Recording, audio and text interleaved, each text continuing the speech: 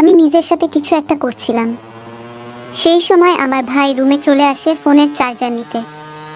আমার এই অবস্থা দেখে সে একটু লজ্জা পেয়ে যায়। আমি তাকে দেখে খুব লজ্জা পাই।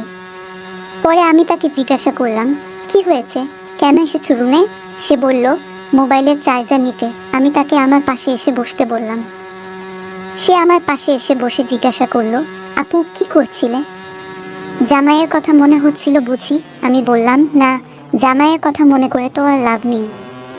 আমি তোমার কথা ভাবছিলাম। হ্যালো ফ্রেন্ড, কেমন আছো সবাই? আমি নীলা, আমার বয়স 25। আমি দেখতে অনেক সুন্দর। আমরা 2 ভাই বোন। আমার ছোট ভাইয়ের বয়স 20। আমি তাকে খুব ভালোবাসতাম এবং স্নেহ করতাম। আমার বিয়ের আগে আমি তার সাথে অনেক সময় কাটিয়েছিলাম। সে দেখতে সুন্দর হওয়ায় আমি তার প্রতি দুর্বল ছিলাম, কিন্তু তা কখনো প্রকাশ করিনি। মনে মনে অনেকবার চেয়েছিলাম তার সাথে ঘনিষ্ঠ হতে এবং তার কাছ থেকে ভালোবাসা পেতে, কিন্তু কখনো সাহস হয়নি বলার। কিছুদিন পরে আমার বিয়ে হয়ে যায় এবং আমি শ্বশুরবাড়ি চলে যাই। সেখানে সংসার শুরু করি। আমার স্বামী আমাকে অনেক ভালোবাসতো। কিছুদিন পর তার আচরণে অনেক পরিবর্তন লক্ষ্য করি। সে আর আগের মতো আমাকে ভালোবাসে না। রাত হলেই সে কোনো না কোনো অজুহাতে আমার কাছ থেকে দূরে থাকতে শুরু করে। আমি যখনই তার কাছে যেতাম, ভাবতাম আজ তার সাথে সময় কাটাবো এবং আদর ভালোবাসা নেব, কিন্তু সে আমার কাছ থেকে অনেক দূরে থাকতে শুরু করলো। সে এখন এসব করতে পছন্দ করছে না। একদিন আমি তাকে জোর করে এসব করতে বাধ্য করি। তারপর যা হলো তা আমার জীবনটাই শেষ করে দিল। এই বয়সেই আমার ভালোবাসার প্রয়োজন ছিল, কিন্তু তা আর হবে না মনে হতে লাগলো। কারণ আমার স্বামী এখন অক্ষম হয়ে পড়েছে। তার কোনো এক রোগ ছিল, যার প্রভাব এখন দেখা দিতে শুরু করেছে। তাই সে আর কোনোভাবেই আমার অপূর্ণ ভালোবাসা পূর্ণ করতে পারবে না। আমি আমার জীবনের কথা ভাবতে ভাবতে অনেক কান্না শুরু করে দিলাম। এখন আমার কি হবে?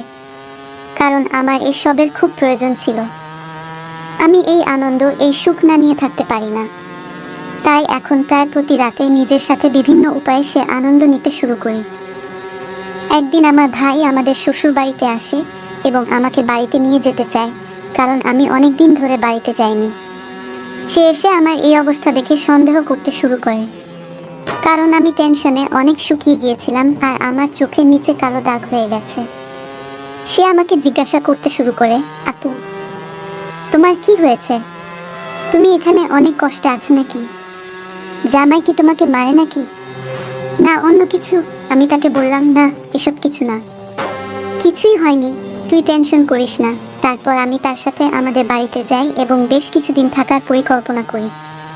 আমি মনে মনে ঠিক করেছিলাম যে আমি আর শ্বশুর বাড়িতে ফিরব না, বাড়িতে চুপচাপ থাকতাম। একদিন বিকেলে ছাদে বসে ভাবছিলাম আমার কি হবে এখন, আর কান্না করছিলাম। ঠিক তখনই আমার ভাই সেখানে চলে আসে। আমার কান্না দেখে সে আমার পাশে বসে আমার চোখের জল মুছে দেয় আর আমার হাত ধরে জানতে চায় কি হয়েছে। আমি লজ্জায় কিছু বলতে পারছিলাম না। তারপরেও সে অনেক জোর করার পর আমি তাকে বলি যে আমার জামাই আমাকে আর তেমন ভালোবাসে না এবং সে আমাকে সেই সুখ দিতে পারে না। আমার কথা শুনে সে একটু চুপ হয়ে যায়। পরে সে বলে, কেন, কি হয়েছে? তোমরা তো আগে ভালোই ছিলে, তাহলে এখন কি হলো? আমি তাকে বললাম সে আর কোনোদিন আমাকে সেই সুখ দিতে পারবে না। আমার কথা শুনে তারও মন খারাপ হলো। আমি মনে মনে ভাবছিলাম, এই সুখ এবং ভালোবাসা যদি আমি আমার ভাইয়ের কাছ থেকে পাই তাহলে অনেক ভালো হবে। তাই আমি একটি পরিকল্পনা করি।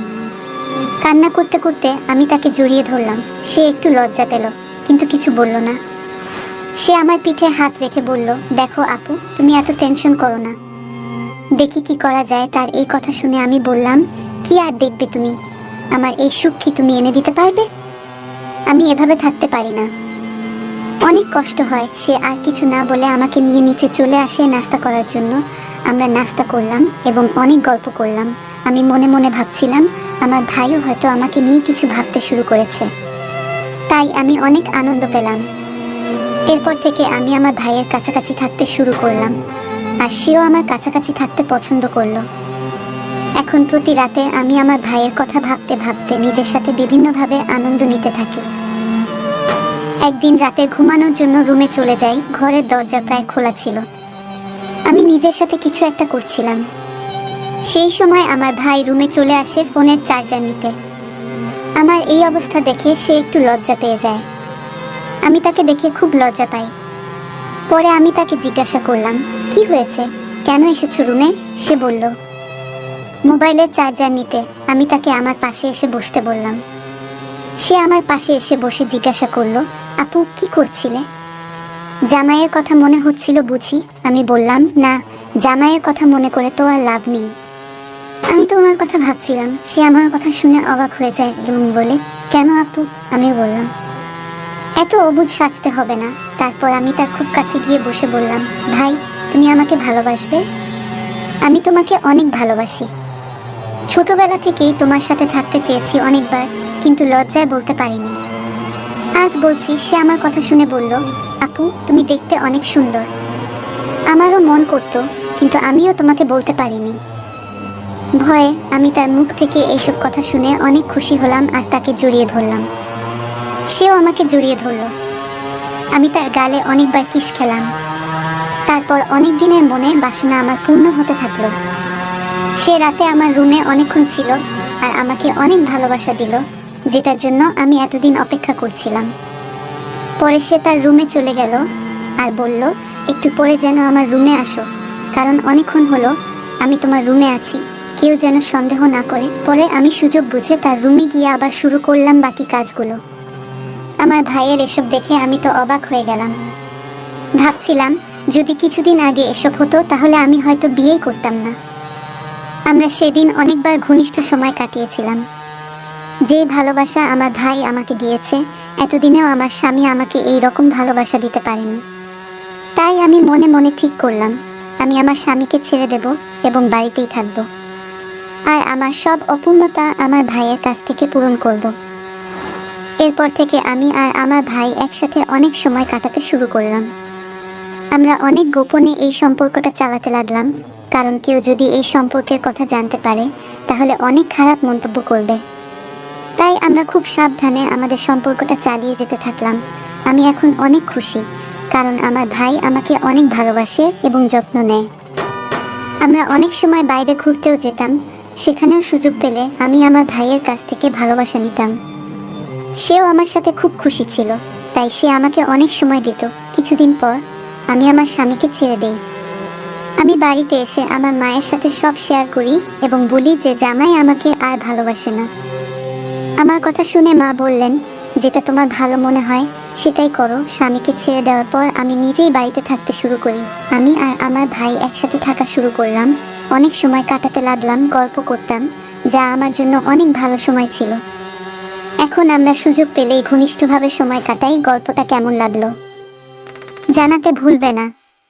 তোমাদের সাথেও কি এমন কোনো ঘটনা ঘটেছে? যদি ঘটে থাকে তাহলে কমেন্টে জানাতে ভুলবে না।